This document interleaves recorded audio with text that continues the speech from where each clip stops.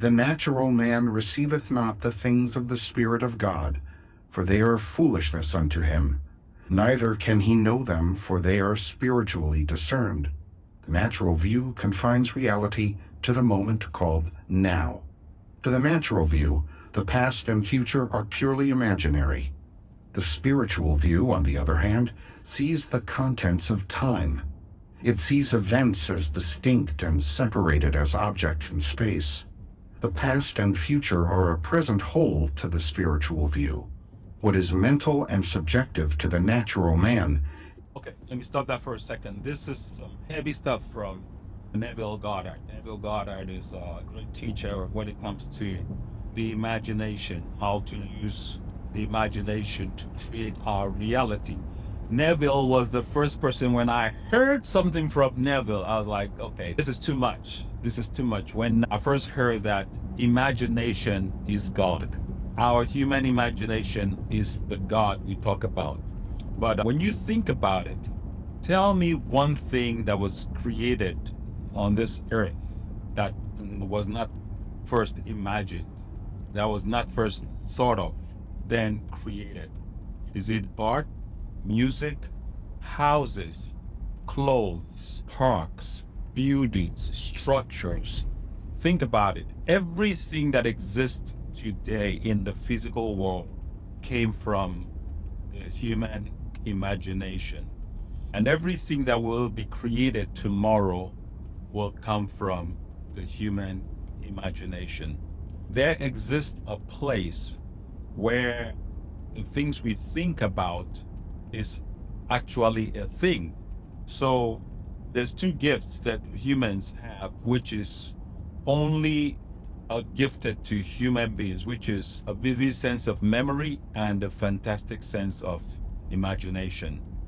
Memory has to do with pulling experiences from the past, and imagination has to do with looking into experiences in the future. And it's interesting because what we call the future is what we are creating now. This second, this minute, when I started giving this talk, everything that I've said prior to now is now in the memory, is past. And everything that has not happened is future.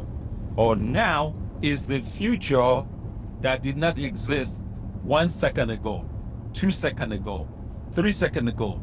So you see, because we're in a constant state of motion, of activity, we are creating our future based on our thought, how we think, what we're thinking now. The only time you have, the only reality is now. Life happens now, not what happened yesterday, not what happened 1 minute ago, not what happened 1 second ago, is now. Keeping your mind in a way that you don't get disturbed, you don't get jostled, you don't get affected by things that happen, or you don't let people or things, circumstances, situations control your thought, control your thinking. That is the key to manifestation, creation, designing your life the way you want it to be. Some people say, how can I control my thoughts? It's so hard to control my thought. It's so hard to think what I want to think because all this, my mind is just going everywhere. To those people, I say, you got to start somewhere. So you got to start somewhere, take it in small strides. And I always use this example. When you work out, you don't go to the gym one day and become an excellent gym expert, an excellent workout master, mistress, anything.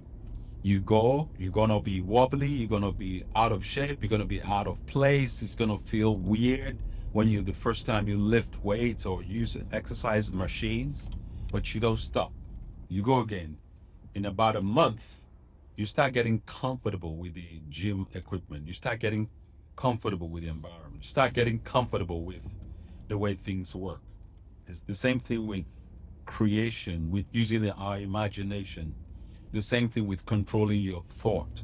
And once you take a hold of this thought process, You start controlling your feelings, because the thought controls our feelings and our feelings create our reality. You act based on how you feel. You want to feel good all the time. You want to feel healthy, positive, enthusiastic. You want to feel amazing. And how do you do this? By controlling the things you think about, controlling your use of your thought process. Once you can do this, you are basically the creator. You are basically the mastermind. And this is a beautiful exercise, a beautiful practice. But this is all I have right now. Go and manifest the life, the future, the very existence that you want. Create it in your imagination. Practice not being jostled by what people throw at you. Think about it. I give this example.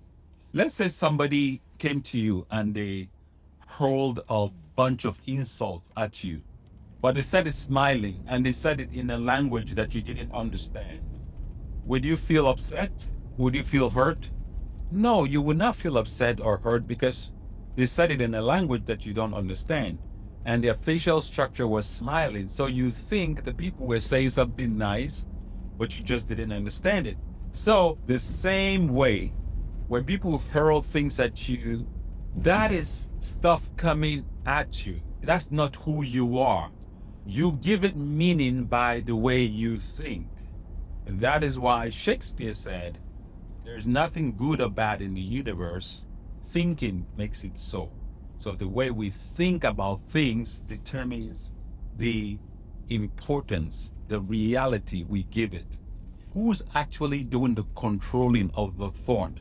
You are. So you are the master of your thought. You are the master of your life. You are the master of your everything. One more thing I'm going to drop. The law of increase says that when you sow an act, you reap a habit. When you sow a habit, you reap a character. When you sow a character, you reap a destiny. Destiny is the unconscious things that people do. If it is positive, they say it's God or divine. If it is negative, they say it's fate or misfortune. But the reality is that you are the one creating your circumstances by use of your thought, feelings, action. That's how this thing works. Use your mind effectively because it's the greatest tool you have to work with.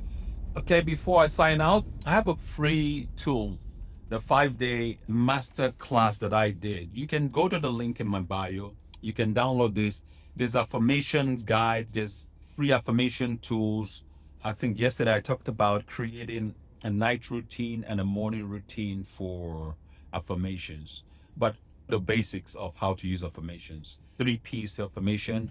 It has to be positive, personal, and said in the present tense. So positive, personal, and said in the present tense, the 3 P's. Use affirmations the right way. Instead of talking about things that you don't want, talk about things that you desire. Talk about things that you want. Instead of thinking about how all the possibilities of things going wrong in your life, talk about the possibilities of things working out. What if things work out? See, the mind is always here to think negative thoughts at all times. So it's just like a glass with water halfway full.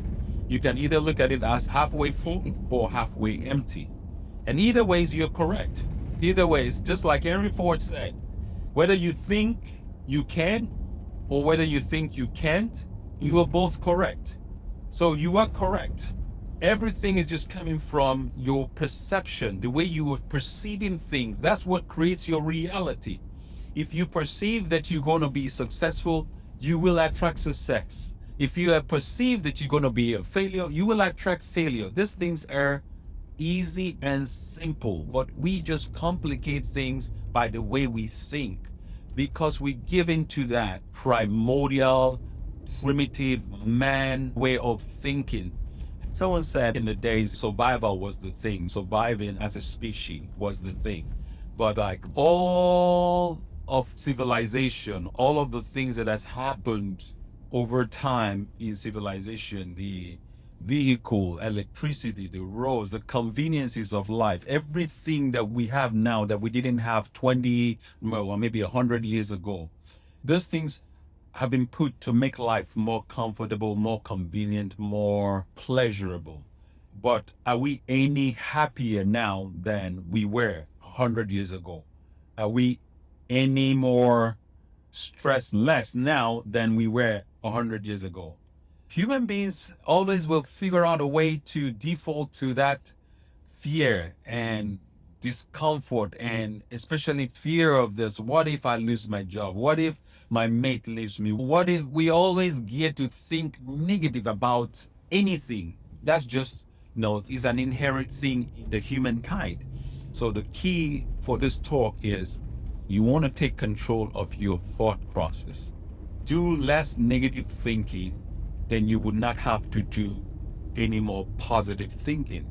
When you eliminate all the negative thinking, you just automatically become a positive person. That's easy. So instead of doing heavy lifting of positive affirmations, just do less negative thinking. The less negative thinking you do, the less positive thinking you need to do. So you're using that same principle, but you're using it effectively in a good way. Anyways, I can talk about this kind of things all day long. But join me in this masterclass, 1-day masterclass. If I get enough people to sign up, I will announce the date and time. But interest. So tell family, tell friends, tell anybody that you know will use this kind of information can help. It's all about controlling your thought process. You're exposed to the social media that you listen to, the things that increase the fear. So there's two things that you can do. Once you take control of these two things, your life will just, you'll see results will just skyrocket. The people that you listen to, the people in your circle that feed you information, and to the content that you listen to. So it's mental food and the environment you're exposed to, the people that you're surrounded by. What kind of information are they giving you on a regular daily basis? Those people that are gossiping to you, telling you of all the horrible things happening in the world, telling you, have you noticed some people just enjoy talking about all the horrible things that's going on in the world? Do you have any friends like that?